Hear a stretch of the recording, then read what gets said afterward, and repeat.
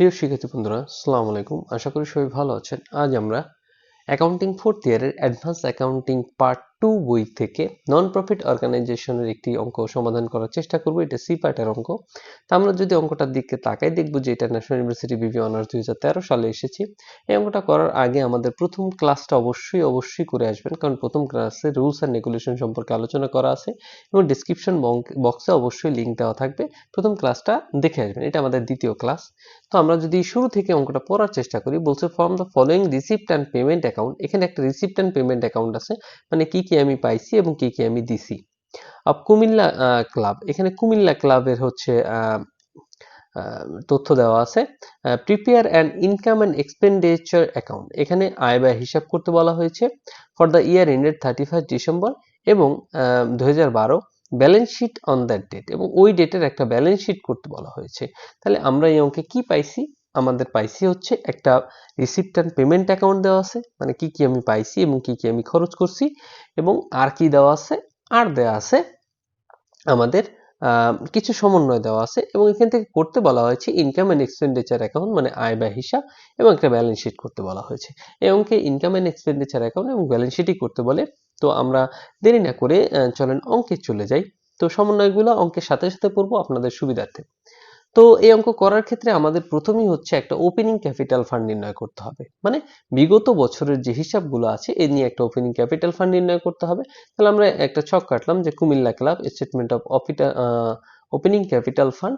তো প্রথমে আমরা ওপেনিং অ্যাসেট, মানে এখানে কিসের অ্যাসেট হবে? শুরুর অ্যাসেট গুলা।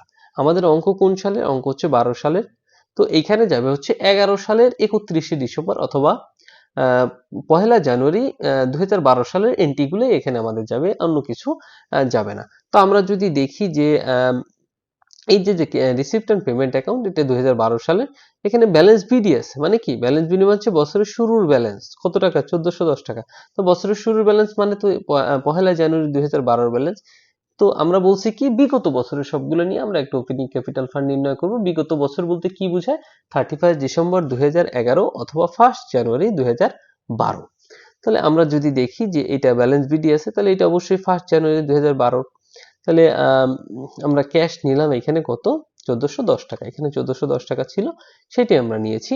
এরপর যদি আমরা একটা শিরোনাম দিই আউটস্ট্যান্ডিং, মানে বকেয়া সমূহ। এখন যদি দেখি সাবস্ক্রিপশন, মানে সাবস্ক্রিপশন মানে হচ্ছে চাঁদা। দেখেন আমাদের এখানে 2011 সালে দেওয়া আছে 16 টাকা, 12 সালে দেওয়া আছে 844 টাকা, 13 সালে দেওয়া আছে 32 টাকা। তাহলে 2011 সাল মানে কি? বিগত বছরে। তো আমরা রুলসে শিখেছিলাম কি, যে বিগত বছরের যদি কোনো বকেয়া থাকে তাহলে আমাদের সেটা কি করতে হবে? বিগত কোনো কিছু থাকলেই সেটা আমাকে কি করতে হবে? ওপেনিং ক্যাপিটাল ফান্ডে দেখাইতে হবে। এই রুলসটা আমরা একদম প্রথমেই লেখা আছে। তাহলে এটা যেহেতু বিগত বছরের কত সালের? 2011 সালের, এটা বিগত বছরের। তাহলে বিগত বছরটা আমরা দেখাবো। সাবস্ক্রিপশন আমরা দেখাইলাম কত টাকা? 16 টাকা। এখানে 16 টাকা আছে, আমরা 16 টাকাই দেখাইলাম। এরপর যদি দেখি যে আমরা নিচের দিকে যদি যাই, সমন্বয়গুলো একটু পড়ে দেখি।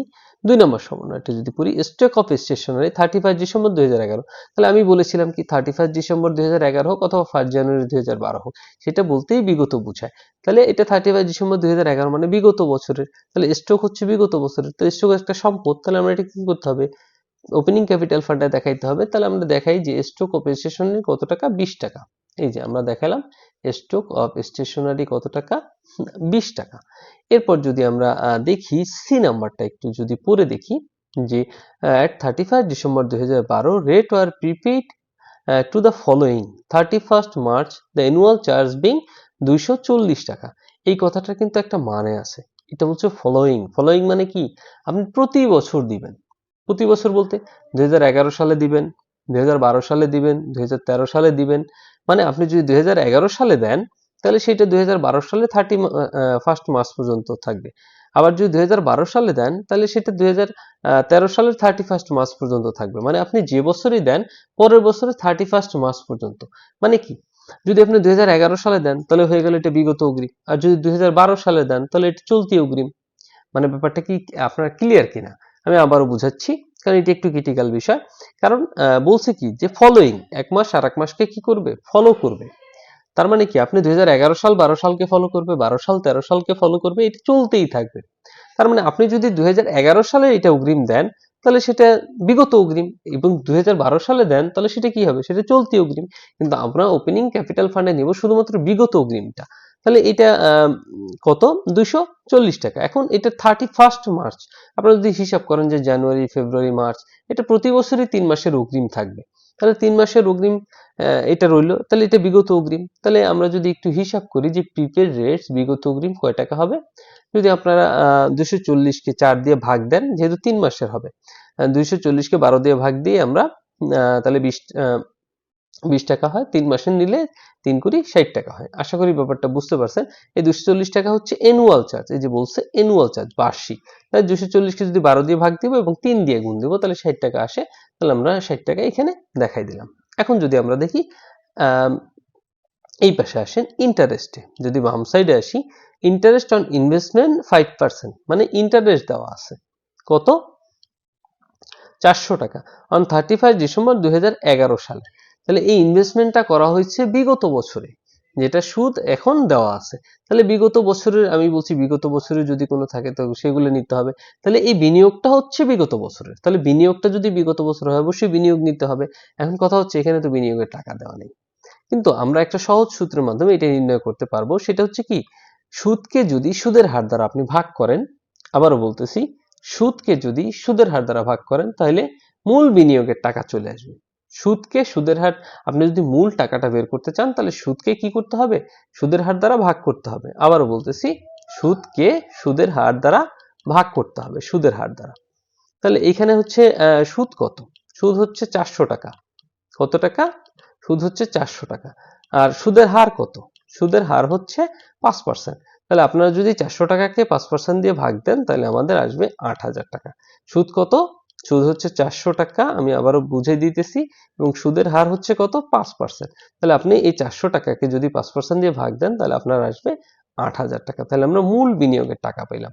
তাহলে ইনভেস্টমেন্ট কত টাকা হবে, ইনভেস্টমেন্ট হবে 8000 টাকা। আশা করি বুঝতে পারছেন। তাহলে এই সবগুলোকে যদি আমরা যোগ করে দিই আমাদের হবে 9506 টাকা। এরপর আমরা দেখব যে আউটস্ট্যান্ডিং কোনো বকেয়া খরচ, দায় আছে কিনা, বকেয়া লাইবিলিটিস আছে কিনা। তো বকেয়া লাইবিলিটিস যদি আমরা দেখি যে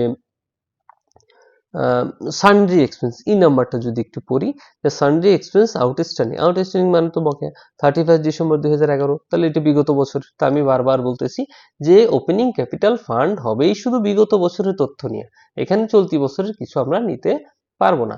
তাহলে 31 ডিসেম্বর 2011 মানে বিগত বছর 28 টাকা। তাহলে মানে কি, স্যালারি বকেয়া আছে, তাহলে বিগত সালের বকেয়া। তাহলে বিগত সালের বকেয়া আমাদের কি করতে হবে, বিয়োগ করতে হবে। আমরা রুলসে শিখেছি বিগত বকেয়া ওপেনিং ব্যালেন্স শিটে কি হবে, বিয়োগ হবে। তাহলে আমরা লিখবো যে লেস আউটস্ট্যান্ডিং সানড্রি এক্সপেন্স কত টাকা, 28 টাকা আমরা বিয়োগ করলাম। তাহলে আমাদের ওপেনিং ক্যাপিটাল ফান্ড আসছে কত, 9478 টাকা। এখন আমাদের ওপেনিং ক্যাপিটাল ফান্ড শেষ। এখন অঙ্কের মূল ইনকাম এন্ড এক্সপেন্ডিচার হিসাব করব আমরা। চলেন আমরা ইনকাম এন্ড এক্সপেন্ডিচার একটা ছক কাটি। আমরা 3টা টাকার ঘর দিয়ে ইনকাম এন্ড এক্সপেন্ডিচারের একটা ছক কাটলাম। আমরা লিখলাম, এখানে কুমিল্লা ক্লাব আছে, কুমিল্লা ক্লাব লিখবেন, আপনার এখানে ভুল লেখা আছে। Comilla club income and expenditure statement for the year ended 31 December 2012। এখানে শুধু ক্লাবের নামটাই মিসস্পেলড হয়েছে, অঙ্ক কিন্তু কোনো প্রবলেম নাই, তা আপনারা অঙ্কের দিকে খেয়াল রাখবেন। তো প্রথমে আমরা লিখবো ইনকাম। তো ইনকামের শুরুতেই লিখবো সাবস্ক্রিপশন, মানে হচ্ছে চাঁদা। তাহলে আমাদের সাবস্ক্রিপশন চলতি, এই যে 2012 সালে চলতি আছে কত, 844 টাকা। তাহলে আমরা সাবস্ক্রিপশন লিখবো 844 টাকা। এখন যদি সমন্বয় নাম্বার 1টা আমরা একটু পড়ে দেখি, there are 900 members paying an annual subscription টাকা 1। এই প্রতিষ্ঠানে 900 মেম্বার আছে এবং প্রত্যেকেই কয় টাকা করে চাঁদা দেয়, 1 টাকা করে চাঁদা দেয়।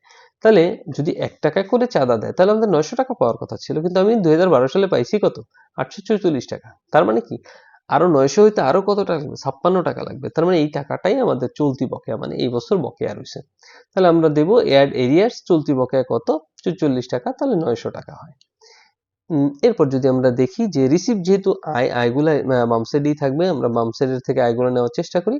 প্রফিট ফ্রম স্পোর্টস, তাহলে আমরা দিলাম প্রফিট ফ্রম স্পোর্টস কত টাকা, 620 টাকা। তাহলে আমরা দিলাম যে প্রফিট ফ্রম স্পোর্টস 620 টাকা। এরপর হচ্ছে interest on investment. Interest on investment, এটা কি ডিভিডেন্ড ইনকাম নামে পরিচিত।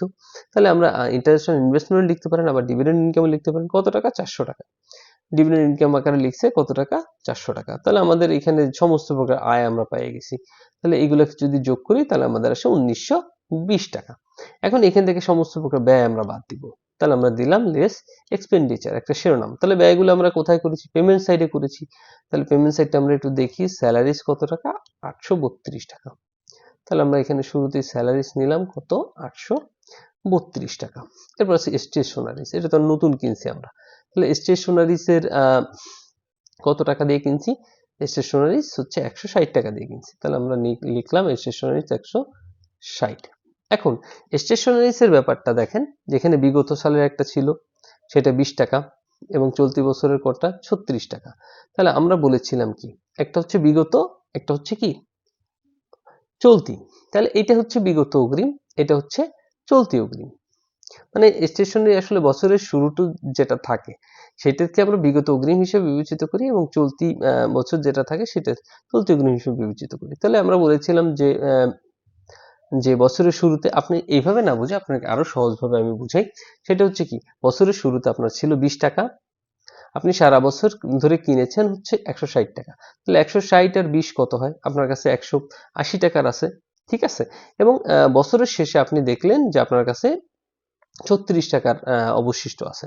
তার মানে আপনি এইভাবে বুঝেন যে আপনার কাছে 10টা কলম ছিল, আপনি আরো 2টা কিনছেন, 12টা হয়, বছর শেষে দেখলেন আছে 8টা। তাহলে আর 4টা আপনি কি করছেন, খরচ করে ফেলেছেন। সেই ব্যাপারটা এরকম যে স্টেশনারিজ আমার বছরের শুরুতে ছিল 20 টাকা এবং আমি সারা বছর কিনেছি 160 টাকা। তাহলে 160 আর 20 কত হয়, 180। এবং বছরের শেষে যে দেখলাম আপনি 36টা টাকার স্টক স্টেশনারি, তো বাদ বাকি আপনি কি করেছেন, বাদ বাকি আপনি খরচ করে ফেলেছেন। তাহলে স্টেশনারি পারচেজ করছি 160 টাকা এবং বছরের শুরুতে ছিল কত, 20 টাকা। তাহলে মোট আমার কাছে স্টেশনারি আছে কত, 180 টাকা থাকার কথা ছিল, কিন্তু আমার কাছে আছে কত, 36 টাকা। মানে বছরের শেষে আপনি ক্লোজিং করতে যেয়ে দেখলেন 36 টাকা আছে। তাহলে বাদ বাকি আমি কি করেছি, খরচ করে ফেলেছি। তাহলে লেস ক্লোজিং স্টক বাদ দিলে আমাদের 140 টাকা খরচের হিসাব চলে আসবে। এরপর যদি আসি রেটসে, রেটসের ব্যাপারটা আমি কিন্তু অনেকবার আলোচনা করেছি। রেটস কি হবে, ফলোইং, মানে এক মাস আর এক মাসকে ফলো করতে থাকবে। একটা হচ্ছে বিগত অগ্রিম, একটা হচ্ছে চলতি অগ্রিম। তাহলে আমরা জানি যে বিগত অগ্রিম কি হবে, বিগত অগ্রিম হচ্ছে যোগ হবে এবং চলতি অগ্রিম হচ্ছে বাদ যাবে। তাহলে আমরা রেটস লিখলাম, এখানে রেটস কত টাকা আছে, রেটস আছে 240 টাকা এবং বিগত অগ্রিমটা কি হবে, যোগ হবে। এই যে আমরা বিগত অগ্রিম যোগ করেছি কত টাকা, 60 টাকা। যেহেতু প্রতি মাসই পরবর্তী বছরের 3 মাস পর্যন্ত দিতে হবে, মানে জানুয়ারি, ফেব্রুয়ারি, মার্চ। যদি আপনি 11 সালে দেন তাহলে 12 সালের 3 মাস অগ্রিম হবে, আবার 12 সালে যদি দেন তাহলে 13 সালের 3 মাস অগ্রিম হবে। এক্ষেত্রে আমাদের একটা থাকবে বিগত অগ্রিম, একটা হবে চলতি অগ্রিম। তাহলে বিগত অগ্রিম যদি কত হয়, বিগত অগ্রিম হচ্ছে যদি আপনি 240 টাকাকে 12 দিয়ে ভাগ দেন, যেহেতু বছর শেষে অ্যানুয়ালি চার্জ হচ্ছে 240, 12 দিয়ে ভাগ দিলে এবং 3 দিয়ে গুণ দিলে আমাদের 60 টাকা আসে। তাহলে বিগত অগ্রিমটা আমাদের কি হবে, যোগ হবে। তাহলে আমরা এখানে যোগ দিলাম বিগত অগ্রিম, চলতি অগ্রিম কি হবে, বাদ যাবে। 60 টাকা একবার যোগ করব, 60 টাকা একবার বাদ দেবো, তো বছর শেষে 240 টাকাই থাকবে। এরপর যদি দেখি টেলিফোন, টেলিফোন আছে কত, 39 টাকা। একটু খেয়াল করি টেলিফোনটা। এখন যদি দেখি ডি নাম্বারে, 1/4 of the telephone expense is due. 1/4 মানে কি, মানে 4 ভাগের 1 ভাগ ডিউ আছে। তার মানে 3 ভাগের 4 ভাগ আমরা 4 ভাগের 3 ভাগ আমরা কি পেয়ে গেছি, 4 ভাগের 3 ভাগ আমরা পেয়ে গেছি এবং 4 ভাগের 1 ভাগ হচ্ছে বকেয়া। তাহলে 4 ভাগের 3 ভাগ আমি পেয়েছি কত, 39 টাকা। একটু খেয়াল করেন যে 4 ভাগের 3 ভাগ হচ্ছে কত, 39 টাকা। তাহলে 1 ভাগ কত, 1 ভাগ আমরা পাইনি। আপনি কি করবেন, এই 3 দিয়ে যদি এটাকে ভাগ করেন তাহলে 1 ভাগ অবশ্যই পেয়ে যাবেন। আবারও সহজভাবে বোঝার চেষ্টা করি যে আমাদের টোটাল অংশটা হচ্ছে 4, কিন্তু 4 এর 3 আপনি পেয়েছেন। তাহলে 3 এ আপনি পেয়েছেন কত, 39 টাকা। 3 এ আপনি পেয়েছেন কত, 39। তাহলে 1 এ পেয়েছেন কত, 1 এ হচ্ছে 13 টাকা হবে। যদি 39 এ 3 দিয়ে ভাগ করেন তাহলে কত হয়, তাহলে 4 এর 1 অংশ হচ্ছে 13 এবং 4 এর 3 অংশ হচ্ছে 39। তাহলে আমি পাইছি কত, পাইছি 39। তাহলে পাইনি কত, পাইনি হচ্ছে 13। তাহলে এটা ডিউ আছে। তাহলে আমরা টেলিফোন লিখলাম যে 39 টাকা এবং ডিউ কত, 13 টাকা। তাহলে 39 আর 13 কত টাকা হবে, মোট 52 টাকা। এখন যদি দেখি এরপর কি আছে, ইনভেস্টমেন্ট তো মূলধন জাতীয় ব্যয়, সানড্রি এক্সপেন্স আছে কত টাকা, 371 টাকা। তাহলে আমরা সানড্রি এক্সপেন্স লিখলাম হচ্ছে কত, 371 টাকা। এখন সানড্রি এক্সপেন্স আবার কি আছে, বিগত সালের বকেয়া আছে। তাহলে বিগত বকেয়া কি হয়, বিগত বকেয়া যদি আমরা বলছি যে বকেয়া কয় ধরনের? 2 ধরনের। একটা হচ্ছে বিগত বকেয়া, একটা হচ্ছে চলতি বকেয়া। চলতি বকেয়া হচ্ছে যোগ হয় এবং বিগত বকেয়া হচ্ছে বাদ যায়। তাহলে যেহেতু এটা 11 সালের বকেয়া, তাহলে এটা কি হবে? বাদ যাবে। তাহলে আমরা বিগত বকেয়াটাকে কি করলাম? বাদ দিলাম 28 টাকা। তাহলে আমাদের 343 টাকা থাকে। তাহলে এই সবগুলাকে যদি আমরা যোগ করি, এখান থেকে এই পর্যন্ত যতগুলো আছে সবগুলোকে যদি যোগ করি 1611 টাকা হয়। 1920 থেকে 1611 বাদ দিলে আমাদের access of income over expenditure মানে লাভ হয়েছে 309 টাকা। তাহলে এরই মাধ্যমে আমরা ইনকাম এন্ড এক্সপেন্ডিচার অ্যাকাউন্ট করতে সমর্থ হয়েছি। এর পরবর্তীতে আমরা ব্যালেন্স শিট করব। চলেন আমরা ব্যালেন্স শিটে যাই। প্রিয় শিক্ষার্থী বন্ধুরা, ন্যাশনাল ইউনিভার্সিটির বিবিএ এমবিএ সকল সাবজেক্টের পরবর্তীতে আপডেট পেতে এই ভিডিওটিতে লাইক করুন, চ্যানেলটি সাবস্ক্রাইব করুন এবং বেল বাটনে ক্লিক করে রাখুন। আমরা যদি অঙ্কের ব্যালেন্স শিটে তাকাই, ব্যালেন্স শিট হচ্ছে আমরা আয় ব্যয় হিসাব সম্পূর্ণ করার পরে করে থাকি। এখন ব্যালেন্স শিট আপনারা যদি ফার্স্ট ইয়ার সেকেন্ড ইয়ারে অঙ্কগুলো, থার্ড ইয়ারেও ওই চূড়ান্ত হিসাবের অঙ্ক থাকে, জাস্ট ওই নিয়মেই করতে হয়। বাট এখানে একটু ভিন্নতা আছে, এখানে ক্লাসিফিকেশন করা লাগে না, এখানে শুধু আপনি অ্যাসেট লিখে সবগুলো লিখে দিতে পারবেন। তাহলে আমরা প্রথম লিখলাম একটা 3 ঘরা একটা চক করলাম এবং প্রথম অ্যাসেট লিখবো। প্রথম নিব cash in hand. Cash in hand নিব কি? এখানে কি আপনি বছরের ওপেনিং গুলো নিতে পারবেন? না। এই ব্যালেন্স শিটে যাবে ক্লোজিং ব্যালেন্স গুলো, মানে একদম বছরের শেষে খাঁটি করে আপনি কি আছে আপনার কাছে। তাহলে ব্যালেন্স শিটে আছে কত? ব্যালেন্স শিটে আছে 1180 টাকা। তাহলে আমরা ক্যাশ ইন হ্যান্ডের ব্যালেন্স শিটে দেখালাম 1180। এখন দেখি যে চলতি বছরের চাঁদা বকেয়া কত ছিল। চলতি বছরের চাঁদা বকেয়া ছিল এই যে সাবস্ক্রিপশন এরিয়া, চলতি বছরের বকেয়া ছিল 56 টাকা। 56 টাকা। তাহলে চলতি বকেয়া, আয় বকেয়া কি? সম্পদ। এই জন্য আমাদের এখানে দেখাইতে হবে। তাহলে আউটস্ট্যান্ডিং সাবস্ক্রিপশন আমরা দেখাইলাম কত? 56 টাকা। এখন ইনভেস্টমেন্টে আসি। ইনভেস্টমেন্ট আমাদের কত ছিল? ইনভেস্টমেন্ট ছিল 8,000 টাকা। তাহলে বছর শুরুতেও 8,000 ছিল, শেষেও কত? 8,000। এখন আমরা এই 4% ইনভেস্টমেন্ট নতুন আবার কিনছি 31/12/2012 সালে 500 টাকা। তাহলে আমরা নতুন নিলাম কত? 500 টাকা। তাহলে আমাদের এখন মোট বিনিয়োগ আসবে 8,500 টাকা। এখন আসি যে সমন্বয়ে যদি দেখি যে স্টেশনারি, এটা হচ্ছে বছর শেষে আছে আমার হাতে, এই যে 31 ডিসেম্বর 2036 টাকা বছর শেষে আছে। আনইউজ স্টেশনারি কত হবে? 36 টাকা আমরা নিলাম। এবং রেটস, বিগত অগ্রিমটা আমি বলছি কোথায় যাবে? ওপেনিং ক্যাপিটাল ফান্ডে যাবে, কিন্তু চলতি অগ্রিমটা তো আপনার ব্যালেন্স শিটে যাবে। তাহলে চলতি অগ্রিম কত হয়? বিগত অগ্রিমও 60 টাকা হয়েছিল, চলতি অগ্রিমও হচ্ছে 60 টাকা। তাহলে প্রিপেড রেটস কত? 60 টাকা। তাহলে আমরা যদি টোটাল অ্যাসেটকে যোগ করি তাহলে আমাদের দাঁড়ায় 9,832 টাকা। তাহলে এরপর আমরা লাইবিলিটিস এন্ড ক্যাপিটাল ফান্ড একটা শিরোনাম দিব, তারপর আবার ক্যাপিটাল ফান্ডের শিরোনাম দিব। তাহলে ক্যাপিটাল ফান্ড বিগিনিং কত হয়েছিল আমার? আমরা একটু যদি দেখে আসি যে 9,478 টাকা। ওই যে প্রথম যে ওয়ার্কিংটা করলাম ওইটার ব্যালেন্সটাই আসলে আমাদের ওপেনিং ক্যাপিটাল ফান্ড। তাহলে ওপেনিং ক্যাপিটাল 9,478, এর সাথে আমাদের নেট ইনকাম যোগ হবে। এই যে আমাদের নেট ইনকাম কত টাকা? 309 টাকা। এই যে আমরা এখানে নির্ণয় করেছিলাম। তো access of income over expenditure, তাহলে দুইটাকে যদি যোগ করি হয় 9,787 টাকা। এরপর আমরা লিখবো যে লাইবিলিটিস। এখন লাইবিলিটিস দেখেন, এই যে 2013 সালের, এটা কি? এটা হচ্ছে অগ্রিম। এটা 32 টাকা কি? 32 টাকা হচ্ছে আয় অগ্রিম। তাহলে আমরা জানি যে আয় বকেয়া সম্পদ, আয় অগ্রিম তো দায়। তাহলে সাবস্ক্রিপশন এই 32 টাকা কোথায় যাবে? 32 টাকা যাবে এই লাইবিলিটিসে। তাহলে সাবস্ক্রিপশন রিসিভড ইন অ্যাডভান্স কত টাকা? 32 টাকা। এরপর যদি দেখি যে টেলিফোন এক্সপেন্স, এই যে টেলিফোন এক্সপেন্স আমরা 13 টাকা ডিউ নিয়েছিলাম। এই যে এটা চলতি বকেয়া ছিল। চলতি বকেয়া আমরা জানি যে আয় বকেয়া, খরচ বকেয়া হচ্ছে দায়। এই যে 13 টাকা আমরা নিয়েছিলাম এটা হচ্ছে চলতি বকেয়া ছিল। চলতি বকেয়া আমরা দেখাবো কোথায়? ব্যালেন্স শিটে দেখাবো। চলতি বকেয়া কত? 13 টাকা। তারপর যদি আমরা এই দুটাকে যোগ করি তাহলে 45 টাকা হয়। এবং এই 9,787 এর সাথে যদি টোটাল লাইবিলিটিস এবং ক্যাপিটাল ফান্ড যোগ করি তাহলে 9,832। তাহলে উপরেও আমার হয়েছে 9,832 এবং নিচেও আমার হয়েছে 9,832। আর ব্যালেন্স শিটের ধর্মই হচ্ছে লাস্টে মিলে যাবে। এই ছিল অঙ্কের সমাধান। এই চ্যাপ্টার অঙ্কগুলো একটু ক্রিটিক্যাল, বাট আপনারা মনোযোগ দিয়ে করবেন, তাহলে এই অঙ্ক আপনাদের কাছে খুবই সহজ মনে হবে। আর চ্যানেলটি অবশ্যই সাবস্ক্রাইব করবেন। কোনো প্রশ্ন থাকলে কমেন্ট বক্সে কমেন্ট করতে ভুলবেন না এবং ডেসক্রিপশন বক্স চেক করতে ভুলবেন না। ভালো থাকবেন সবাই। আসসালামু আলাইকুম।